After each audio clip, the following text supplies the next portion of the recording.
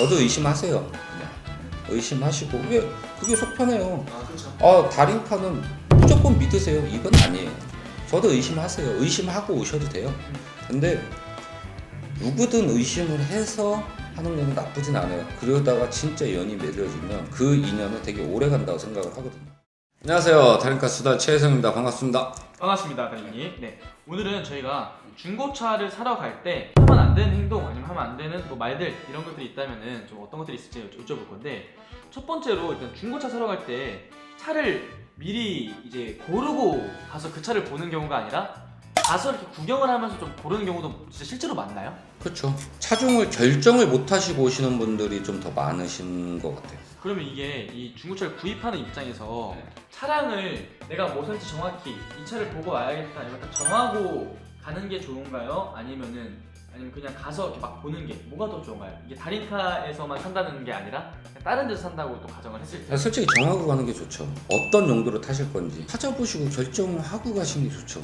그럼 그게 결정을 안 하고 간다면은 혹시 좀 안 좋은 중고차 이런 딜러들을 만나게 된다면은 조금 어차피 안 정하고 왔으니까 좀 원래 판매되는 가격보다 이 차 보여주면서 더 비싸게 팔고 그러니까 이런 걸 좀 유도하는 경우도 혹시 좀 있나요? 당하죠. 많이 진짜 당하죠. 네, 당하죠. 솔직히 왜냐면 내가 예를 들어서 소나타를 사러 왔어요. 네. 갑자기 수입차를 보여줘. 거의 같은 금액이라 그래. 차 보여주기 전에. 아 그래요? 네. 그러면은 뭘 사겠어요? 수입차 사야죠. 그죠? 똑같아요. 근데 수입차도 싼 걸 보여줘. 키로수 많고 막 이런 거를. 여기서 어차피 뭐 2천만 원 주고 소나타 살 바에는 한 2,800, 3천 주고 그냥 이거 타시는 게 낫죠. 그러면은 현실에 와요. 이것도 나쁘진 않은데 조금만 더 주면 괜찮은데 그러다 보면은 나도 모르게 돈을 더 쓰고 있는 거지. 뭐 어디서 보든 사진에 속으시면 안 돼요. 이 차 괜찮아 보이네.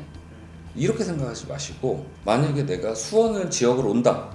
그러면은 수원에 만약에 예를 들어서 내가 뭐 그랜저를 보러 와요. 그러면 그 한 대만 보고 오는 게 아니야. 수원에서 파는 그랜저로 또 찾아보는 거예요. 그래서 이것저것 한번 봐보는 거죠. 그러다 보면은 아무래도 그 한 대만 보고 왔어요. 근데 차 상태가 안 좋아. 그럼 할 말 없잖아요. 그러면은 어쩔 수 없이 나는 멀리서 왔어. 지방에서 왔으니까 오늘 사갖고 내려가야 돼. 이런 생각밖에 안 가죠. 사진에는 어차피 그 풍경을 담은 것 뿐이에요. 그 차량에 대한 외관은. 그게 작동이 잘 되는지 안 되는지는 몰라요. 가서 봐야 되는 거죠. 그렇죠. 그리고 전화로 제일 많이 하시는 말들은 그거예요. 이 차 좋죠. 당연히 좋다 하죠. 그잖아요. 별론데요? 이렇게 할 수가 없죠. 당연하죠. 내가 파는 차야. 그 차 상태 어때요? 완전 A급이죠. 이거는 어딜 가든지 다 통합이에요. 내가 뭐 예를 들어서 차가 아니에요. 뭐 백화점을 갔든 어디 온 매장을 갔든 뭐 용품점을 갔든 어디든 휴대폰 매장을 가도 다 똑같아요. 완전 A급이에요. 다 더 파는 사람 입장에서는 당연히 그렇게 말을 하는 게 맞잖아요. 근데 처음부터 파는 사람이 저한테 전화해서 그 차 좋죠? 별로 안 좋아요? 이러는 사람이 있겠어요? 없죠, 솔직히. 제가 예전에도 영상에서 많이 다뤘어요. 무조건 차를 남이 탈 차가 아니잖아요. 내가 탈 차잖아요. 내 가족이 탈 차고 내 와이프가 탈 차고 내 자식들이 탈 차예요. 그러다 보면 발품을 파셔라 이거예요. 근데 요즘에는 앉아서들 구매를 하시려고 하시는 분들이 되게 많아요. 이거는 뭐 홈서비스 안 돼요? 뭐 안 돼요? 뭐 안 돼요? 발품 파시는 걸 별로 안 좋아하시는 것 같아요. 근데 저는 만약에 제 걸 산다 그러면 아무리 멀어도 저는 가요. 그래야지만 제가 만족을 하면서 살 수 있는 차가 생기지 않을까 싶어요. 그럼 다리님 같은 경우는 차량을 가져올 때 다리님 차를 산다고 생각을 했을 때 가장 중요하게 확인하는 부분이나 이런 부분이 어떤 걸 중요하게 보시는 거예요? 엔진. 네, 엔진만. 그리고 엔진 상태는 속 안은 알 수가 없어요. 그래서 저는 가도 무조건 그 근처에 카센터에 가서 돈을 주고서라도 확인을 해요.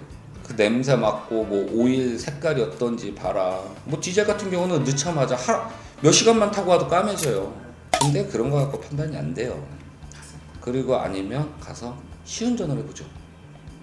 저는 이 직업을 오래 했으니까 그래도 2차 조사 많이 타보잖아요. 그래서 그 성능 테스트를 잠깐 해보는 거죠. 근데 소비자분들은 그게 안 되시니까 말 그대로 그냥 그 근처에 있는 카센터. 뭐라고 말하고 가야 돼요? 그 카센터 갈 때? 제가 이 차를 구매하려고 그러는데 이거 엔진 점검만 좀 한번 해봐달라, 그리고 하체 한 번만 보게 해달라라고 하십니다. 그리고 그런 경우도 많잖아요. 차를 사려고 하는데 그러니까 엔카나 K카 이런 데 올린 게 아니라 그 자체 회사 홈페이지에 차를 올려서 이렇게 판매하는 데도 많잖아요. 그런 데서는 차를 이렇게 사도 괜찮은 건지 아니면 한 번쯤은 의심을 해봐야 되는 건지. 의심하는 게 좋아요. 아 그래요? 어차피 같은 다 딜러예요. 저도 딜러고 저희 팀장님도 계시지만 다 딜러 맞아요. 근데 딜러가 무조건 사기꾼만 있는 건 아니에요. 진짜 정직하게 장사하시는 분들 많아요. 많은데 그 몇몇 분들 때문에 이제 정직하게 장사하시는 분들이 욕을 많이 먹는 거죠. 근데 무조건 딜러라면 의심부터 해보세요. 저도 의심하세요. 그냥 의심하시고, 왜 그게 속 편해요. 다림카는 무조건 믿으세요. 이건 아니에요. 저도 의심하세요. 의심하고 오셔도 돼요. 근데 누구든 의심을 해서 하는 거는 나쁘진 않아요. 그러다가 진짜 연이 맺어지면 그 인연은 되게 오래 간다고 생각을 하거든요. 오케이, 알겠습니다. 그리고 마지막으로 그거 한번 또 알려주면 좋을 것 같아요. 저 예전에 다뤘던 이야기인데 계약서 작성할 때 또 한 번 더 어떤 분 조심을 해야 되고 계약서는 또 어떤 분 넣으면 좋은지 같이 말씀해 주시면 좋을 것 같습니다. 계약서는 무조건 3장이에요. 먹지로 해서 3장이에요. 그리고 그 3장 다 낱개가 관인 도장이 따로따로 다 찍혀 있는지 확인을 하세요. 그리고 그 계약서에 이제 좀 하단 쪽에 보면은 그 좀 빈 공간이 있어요. 내가 원하는, 만약에 바라는 게 있다면 그거를 써달라고 하세요. 특이사항에. 그거를 꼭 하세요. 그러면은 뭐 예를 들어서 내가 사는데 찝찝할 것 같다 라고 하면은 그 부분에 대해서 딜러도 인지를 했으면 그 특이사항에 써달라고 하세요. 근데 뭐 그걸 안 써준다 그러면 그런 거는 피하시는 게 좋아요. 예를 들면 뭐 엔진 쪽에 좀 찝찝하다 그러면은 엔진에 문제가 생길 시 뭐 이 부분을 수리해준다 혹은 뭐 환불해준다 뭐 이런 식으로 쓰면 되는 거죠. 예를 들어서 벤츠를 사셨어요. 지방분인데 벤츠를 사셨는데 AS가 남아있는 걸 사셨어요. 신차 AS가. 차를 구매를 해서 신차 AS를 받으러 갔더니, 받으러 가기 전에 그 딜러한테 그 얘기를 했대요. 이거 특이사항에 좀 넣어주면 안 되겠냐. 이 부분이 만약에 혹시라도 앞에 이제 사고가 있었어요. 그래서 이 부분 때문에 AS가 안 되면 이거는 책임을 져줘라 라고 얘기를 했는데, 신차 AS 남은 거라서 무조건 된다 이렇게 하고 아무렇지도 않게 사갖고 갔는데 계약서도 안 쓰고 계약서는 다 썼죠.